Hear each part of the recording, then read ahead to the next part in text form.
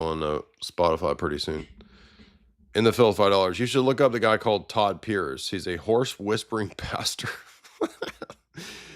Okay, somebody sent me a reel of this guy, and I didn't understand what he was doing. I was like, "Is this a pastor?" And he's a horse whispering pastor. What in the world?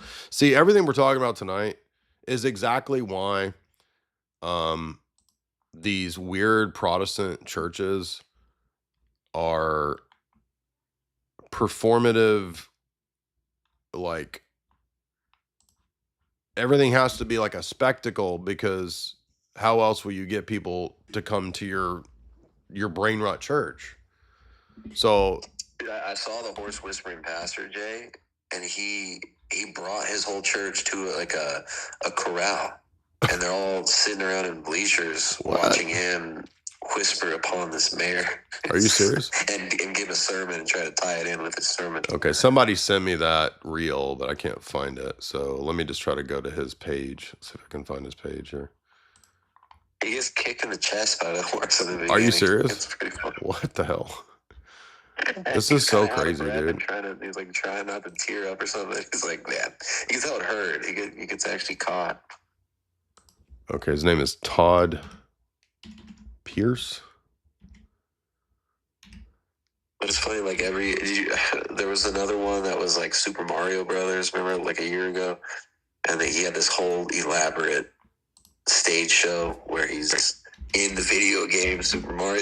Every single niche hobby or thing these people are into, they just get to turn it into a performative, weird show and tell. I guess every sermon's like an elementary school show and tell thing. Exactly. Yes, it's like super childish. That's what I'm saying. Like, everybody's been turned into children, and that's why they can't handle anything with like nuance or. That's weird too, because that, like, when I was younger and I stopped, going to church, it was because of that stuff. I don't know how it's switched around, and a lot of friends of mine at that time dropped out of church and dropped out of religion in general.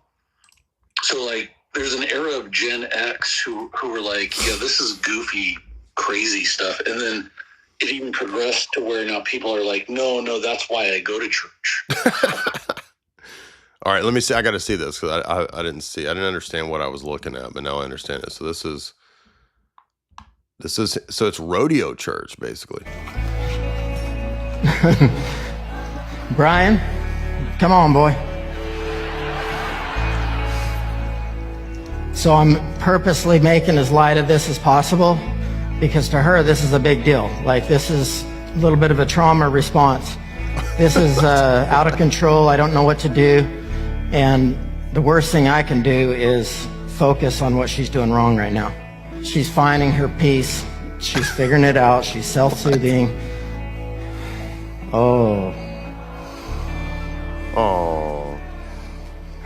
Yeah. Sometimes we don't know what to do other than just run to the Father.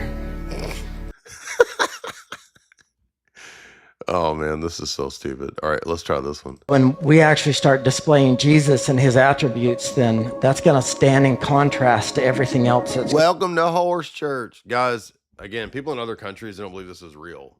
I told you guys, when you come to the Bible Belt, there's church for whatever you think of. There's cowboy church, there's biker church, surfer church. I mean, it's like, what? Going on in the world around us.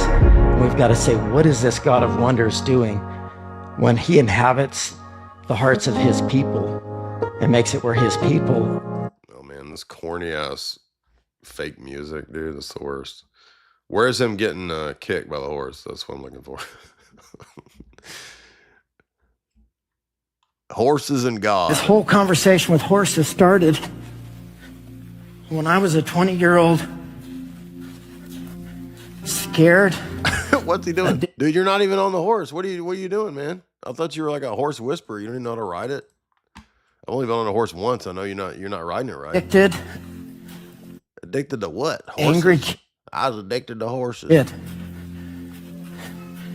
And I started having a conversation with the Why is he riding it like that? He's not even on it. horse. What's he doing?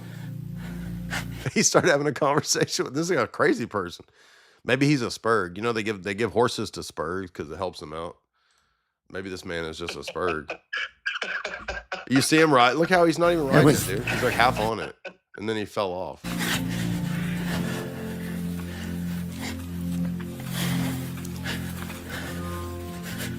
Man, I can't believe I'm feeling this right now. But this is turning into like John C. Lilly Dolphin Church, dude. This is getting a little weird, man. I don't know.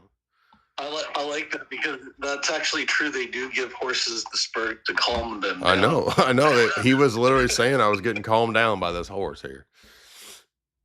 Jesus doesn't want you to believe in him. What? Jesus doesn't want you to believe in him. Why does he not ride the horses? He just puts one leg up on the horse. What's he doing? Jay's breaking the horse. Like the horse isn't used to being ridden, so he's breaking it. He knows what he's doing with actual treatment. But it's just funny to hear him try and spitball like some sermon into it. He's like, yeah, you know, sometimes like life kicks you in the chest. You just gotta snuggle up to God. He wants to become one with you. Out a bit. The horse wants to become one with you. He said, even the demons believe. He immediately fell off. You said he was an expert. I don't believe it. He immediately fell off. Tristan's an apologist for this dude. He knows what he's doing now. He knows what he's doing. He just fell off. I don't believe he knows what he's doing. I'm saying the video I saw. I'm not watching. Tristan, I'm just joking, man. I saw, he was it was a horse that was not Tristan, before, it's a so joke, dude. Slowly get Tristan, the horse used to him. why are you trying to ruin my Used jokes? to being on it. Tristan, why are you trying to ruin my jokes, man? Why are you trying to slander my pastor is what I'm asking. Exactly. Trauma. He heals trauma through horses. He's circling to the right because of so many stories that I can just see. All right, that's enough of that shit. That's too weird, dude. I don't know. It's bizarre to me. Broke back preacher. Dude, my friend came to visit me a couple weeks ago. There's golf church. Oh my gosh. There's just no end. There's no bottom to how far this can go. The abyss just keeps going, and there's no end to it. He came to visit me, and then he said he was, I said, oh, how you doing in, the religious sphere? And he said, yeah, I'm going to golf church. Not even joking. Imagine Paula White like at Mar-a-Lago with Trump just freaking hollering at the demons that are trying to get in the way of Trump's golf ball. I command you, get in that hole, golf ball, in the mighty name, get in the hole. That's full on righteous gemstones right there. Thank you for that. In the filth, that was definitely worth it. Dweller, thank you. Appreciate that.